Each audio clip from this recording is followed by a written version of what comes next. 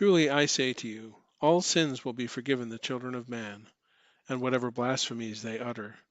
But whoever blasphemes against the Holy Spirit never has forgiveness, but is guilty of an eternal sin. For they were saying, he has an unclean spirit. Down through the centuries, this passage from Mark chapter 3, which appears in Luke and Matthew also, has caused countless Christians consternation. What exactly is the unforgivable sin? Jesus makes clear that it involves blaspheming against the Holy Spirit.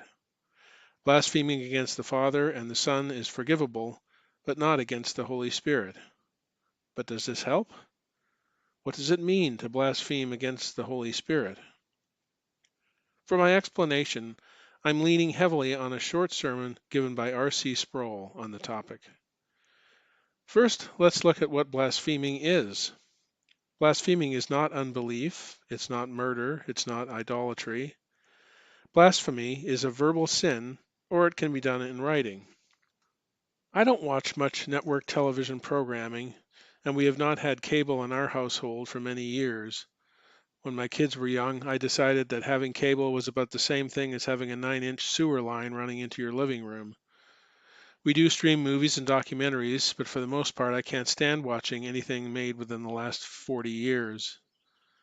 But sometimes, like in a dentist's office or a doctor's waiting room, you can't avoid it. You're forced to watch this garbage. And for some reason, many of these places run home fixer-upper type shows.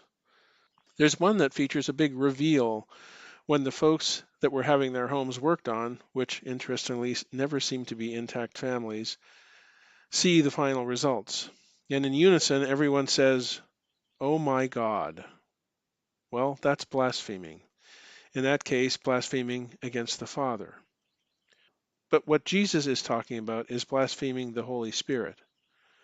Another element of the unforgivable sin involves the awareness that you are blaspheming.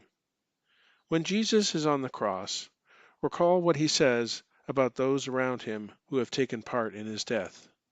Obviously, they have committed a sin as grievous as anyone can imagine. And yet, what does Jesus say?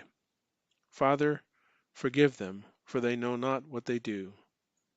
But in the case of the unforgivable sin, it involves knowing what you're doing. In this passage in Mark 3, Jesus is warning the scribes that they are coming very close to the unforgivable sin. They had accused Jesus of being the devil, even though they knew he was not. In R.C. Sproul's opinion, and I concur, no Christian has or will commit the unforgivable sin, not because we're not capable, but because the Father will prevent it, since he preserves those whom he has given to his Son. He will not let us be snatched away.